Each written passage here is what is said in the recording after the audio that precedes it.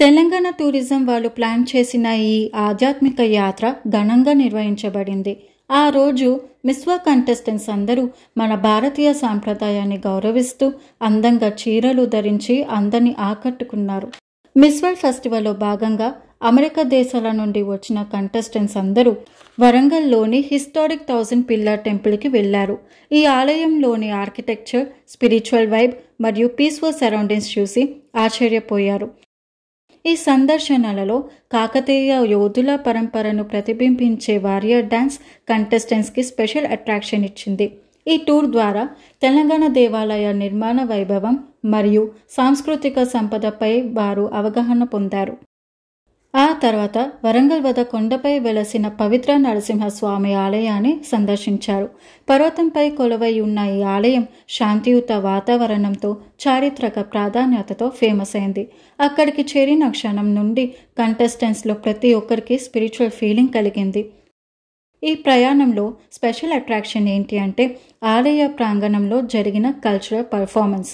ఒక సమయంలో కాకతీయ సైనికులు యుద్ధానికి ముందు ప్రదర్శించే యోధ నృత్యం, దాని ఆధారంగా చేసుకొని ప్రదర్శించిన ఈ డ్యాన్స్ ప్రేక్షకుల మనసులను ఆకట్టుకుంది.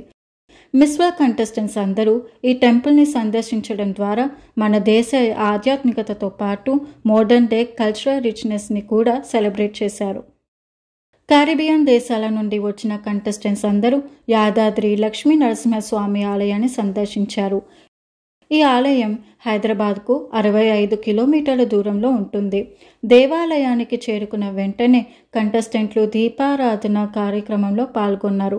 ఆ తర్వాత దేవాలయ చుట్టూ తిరుగుతూ ఆలయ చరిత్ర మరియు విశిష్టత గురించి గైడ్ ద్వారా వివరంగా తెలుసుకున్నారు.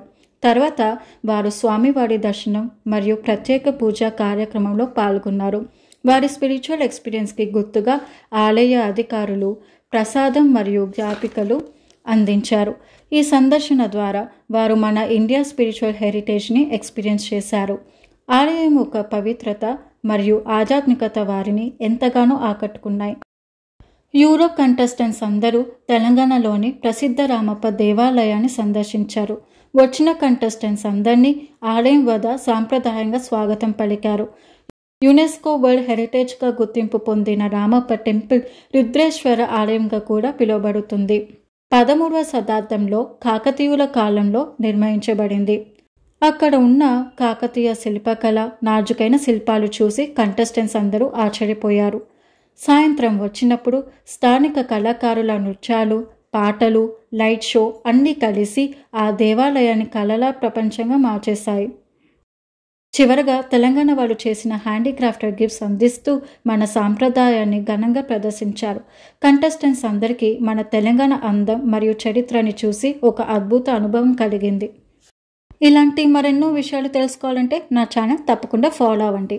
మన తెలుగు సంస్కృతిని ప్రపంచానికి చూపిస్తున్న ఈ మిస్ వరల్డ్ ట్రిప్ గురించి మీ అభిప్రాయాలు కింద కామెంట్ సెక్షన్లో తెలియజేయండి. ఫ్రెండ్స్కి షేర్ చేయండి అండ్ సబ్స్క్రైబ్ చేయడం మర్చిపోకండి.